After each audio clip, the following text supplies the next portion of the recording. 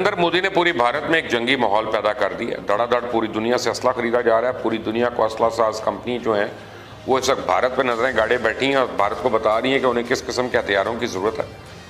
जबकि नरेंद्र मोदी इस गर्मा गर्म माहौल को मजीद गरमाने के लिए लद्दाख खुद पहुंच गए। एक वजीर आजम का मुतनाज़ा इलाके का दौरा करके यह पैगाम देना कि वो किसी भी हद तक जाने के लिए तैयार है और 11,000 फुट की बुलंदी पर फॉरवर्ड लोकेशंस पे जाके ब्रीफिंग लेना मुल्क में जंगी जुनून को मजीद तकवीत देगा। इस वक्त नरेंद्र मोदी का इंडिया खुदकश इंडिया बन चुका है और पूरा मुल्क नरेंद्र मोदी की क़यादत में इज्तिमाई खुदकुशी की तरफ गामजन है। एक तरफ इंडिया भूख, अफलास, डिप्रेशन और जहालत के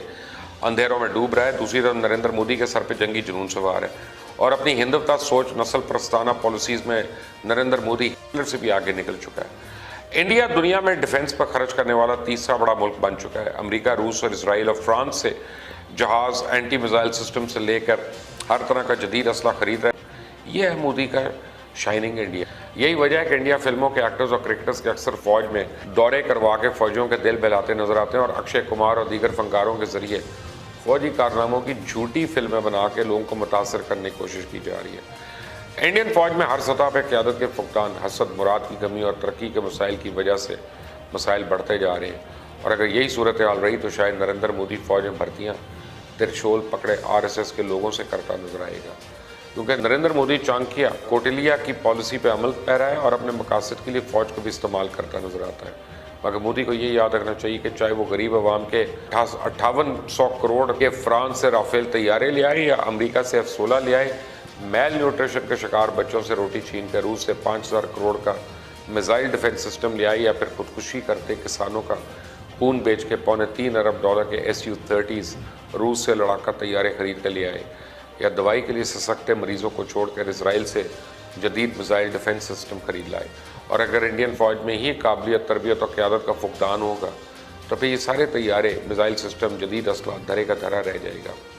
इंडियन फोर्सेस की नाअहली, ना तजुर्बेकारी और क़यादत के फुकदान का पोल पाक फ़ौज ने तो बहुत दफ़ा खोला है, लेकिन लद्दाख में चाइना ने जो नुकसान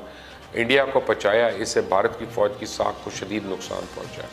यही फ़र्क होता है ना क़यादत का। एक तरफ चाइना जिसने तसादुम के बजाय ताउन की पॉलिसी को अपना के सिर्फ अपनी मईशत को मजबूत किया और खित्ते में मुआशी मनसूबों का जाल बिछाया, बल्कि अपनी अवाम को गुर्बत से निकाल के दुनिया की तरक्की याफ्ता कौमों की सफ़ में खड़ा कर दिया। दूसरी तरफ इंडिया में नरेंद्र मोदी जैसे कौम परस्त, मजहबी इंतहा पसंद ने ना सिर्फ इंडिया का सेकुलर चेहरा बिगाड़ा, मस्क किया, बल्कि अवाम को मज़ीद गुर्बत में धकेल के बड़ी ताकतों का आलाकार बन गया। आज इंडिया की अवाम गुर्बत की चक्की में पिस रहे हैं, किसानों से लेकर फौजी अफसरान खुदकुशियाँ कर रहे हैं, लेकिन मोदी सिर्फ और सिर्फ असले के अंबार लगाने पर लगा हुआ है। लेकिन जिस पॉलिसी पर नरेंद्र मोदी अमल पैरा है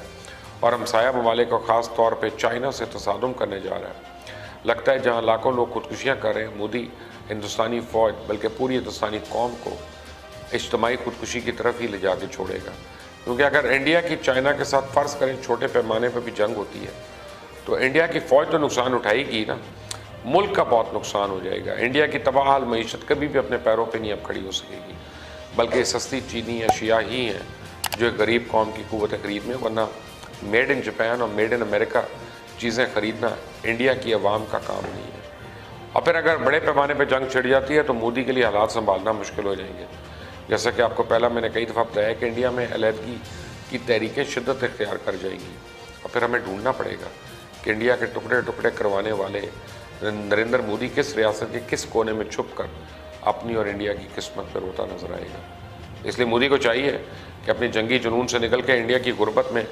डूबती अवाम और खुदकुशियाँ करते किसानों पर तवज्जो दे और अपने नस्ल परस्त और इंतहा परस्त नज़रियात छोड़ कर हमसायों से उलझने की बजाय उनके साथ ताउन की पॉलिसी अपनाए, वरना दुनिया के दीगर आमरों की तरह नरेंद्र मोदी का भी नाम निशान मिट जाएगा। ये वाज़ेह हो चुका है कि भारत रोड एंड बेल्ट मंसूबे में रुकावट डालने के लिए डरबूक शियोक रोड बना रहा है, जो इसे रोड एंड बेल्ट मंसूबे तक जल्द अज जल्द पहुँचाने का जरिया है। और अमेरिका के साथ दौलत बेग और लड़ाई में फ़ौजी मशक़ें प्लान ना करता और बफर जोन में फ़ौजी पेट्रोलिंग ना करता तो कभी भी चाइना ये कदम ना उठाता। लेकिन मोदी ने तो आर्टिकल 370 ख़त्म करके तमाम हदें अबूर कर ली। इसलिए